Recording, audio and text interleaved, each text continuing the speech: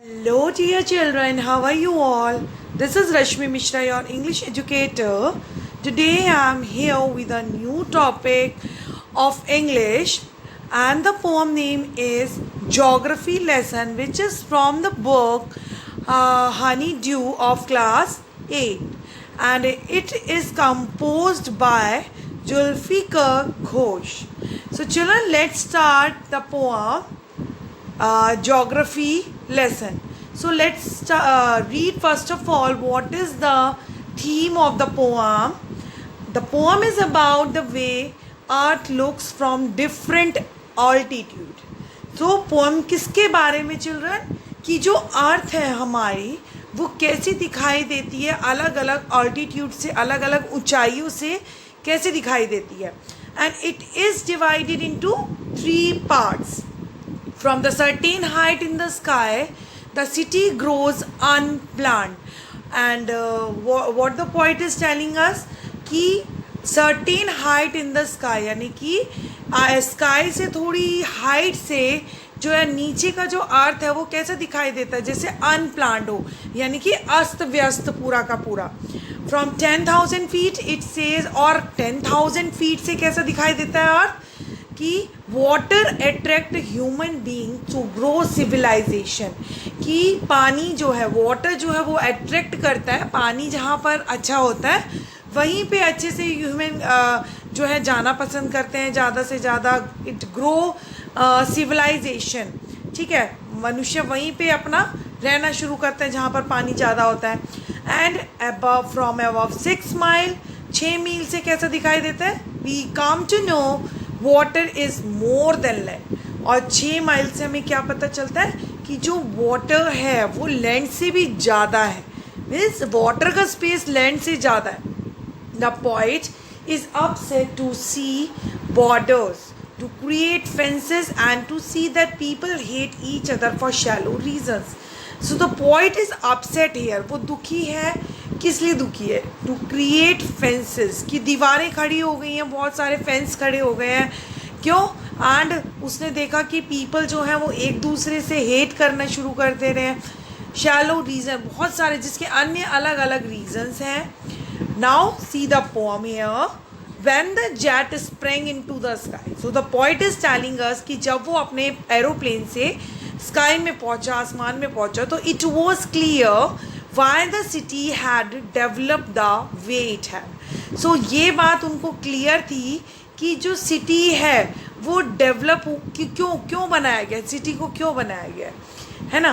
Seeing it scaled 6 inches to the mile, और ये पता चला उन्हें जब उन्होंने 6 inches की दूरी से किसे देखा, अर्थ को देखा, तो उन्हें पता चला कि सिटी क्यों बनाया गया, किस रीज़न से बनाया गया है. There seemed an inevitability about what on ground had looked haphazard, unplanned and without style. See, जब वो ऊंचाई पर पहुँचे तो उन्होंने देखा कि भाई ये जो 6 inch की जो दूरी है वहाँ से नीचे अर्थ हमें कैसा दिखाई दे रहा था. There is इनएविटेबिलिटी, यानी कि अस्त व्यस्तता फैली हुई थी चारों तरफ. कोई भी चीज़ ऐसी नहीं लग रही थी कि फुल प्लान्ड करके बनी हुई है अर्थ पर. इट सीम दैट कि अनप्लान्ड है सब कुछ, चाहे वो घर हो, चाहे वो बिल्डिंग्स हो, चाहे वो मॉल्स हो. And when the jet sprang into the sky, so point को ऐसा फील हुआ कि भाई जो भी जितना भी बिल्डिंग्स बनी हुई है अर्थ पर वो अनप्लान्ड है. So what you read in this stanza, children, paraphrase of the stanza is the poet describe his city. इस जो पूरे पैराग्राफ में poet ने अपनी city को describe किया है. He tells us how it appears from the window of an aeroplane. और poet ने हमें क्या बताया है कि कोई भी city जो है वो एरोप्लेन की विंडो से कैसा दिखाई पड़ता है. And it is clear that the city developed just as it was necessary for the people. और ये बात तो तय है, साफ है कि भाई ये जो सिटी है वो उस तरीके से विकास हुआ, उसका उस तरीके से बना है जैसा लोगों को नीड है या रिक्वायरमेंट है. So what looked haphazard on ground looked unplanned from the sky. Whatever we will see on the ground or on the earth, it seems unplanned from the sky.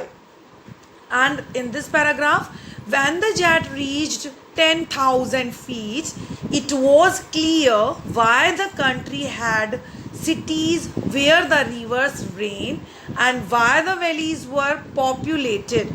So when the jet, when जब aeroplane जो है वो 10,000 feet पर पहुंचा, तो ये बात पता चली कि जो कंट्री की जो सिटीज़ हैं, कंट्री में सिटीज़ हैं और वहाँ पर बहुत सारी रिवर्स भी हैं और वो बह रही हैं, एंड वाई द वैलीज़, और जो वैलीज़ हैं वहाँ पर इतनी पॉपुलेशन क्यों है उन एरियाज़ में. The logic of geography, and इसके पीछे क्या है चिल्ड्रन, एक लॉजिक है जोग्राफी का, भूगोल का एक लॉजिक है. क्या logic? That land and water attracted man, कि लैंड और वाटर जो है मनुष्य को आकर्षित करते हैं. जहाँ पर अच्छी खासी लैंड होती है, पानी होता है, वहीं पर बसावट होती है. And was clearly delineated when the jet reach 10,000 feet. और ये बात बिल्कुल क्लियर तब हुई, हमें जो पॉइंट है उन्हें तब हुई जब वो जो जेट था, जो एरोप्लेन था, वो 10,000 फीट ऊपर पहुंचा. So what is a logic of geography? Now the plane rises to a height of 10,000 feet. अब चिल्ड्रन जो जेट था वो 10,000 फीट पर पहुंच गया. The point can see the logic of geography now. अब जो पॉइंट था वो जोग्राफी का लॉजिक उन्हें समझ में आने लगा, एंड ही कैन सी, अब उनको क्या दिखाई देने लगा लैंड पर, कि why the city in the country have grown along the river, कि जो सिटी है वो क्यों ग्रोन हुआ है, रिवर के पास ही क्यों ग्रोन हुआ है cities. The valleys are populated for the same reason, और जो वैलीज है वहाँ पर भी इसीलिए क्या है and children that valleys are populated for the same reason. जो वैलीज है वो भी इसीलिए ज़्यादा पॉपुलेटेड है, वहाँ पे ज़्यादा पॉपुलेशन है, क्योंकि जो वाटर और लैंड है वो लोगों को अट्रैक्ट करता है और वहीं पे ज़्यादा बसावट होती है. It is land and water together that attract the people. And when the jet rose 6 miles high, और जैसे जैसे 6 मील की दूरी हाई ऊंचाई पर पहुंचता गया jet, it was clear the earth was round. और ये बात भी क्लियर थी कि जो अर्थ है वो कैसा है चिल्ड्रन, राउंड है.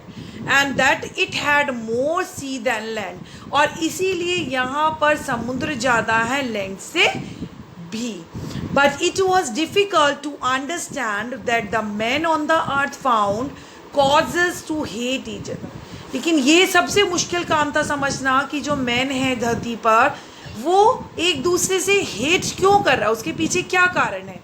To build walls across cities and to kill, एक दूसरे को क्यों मार रहा है, दीवारें क्यों खड़ी कर रहा है ना.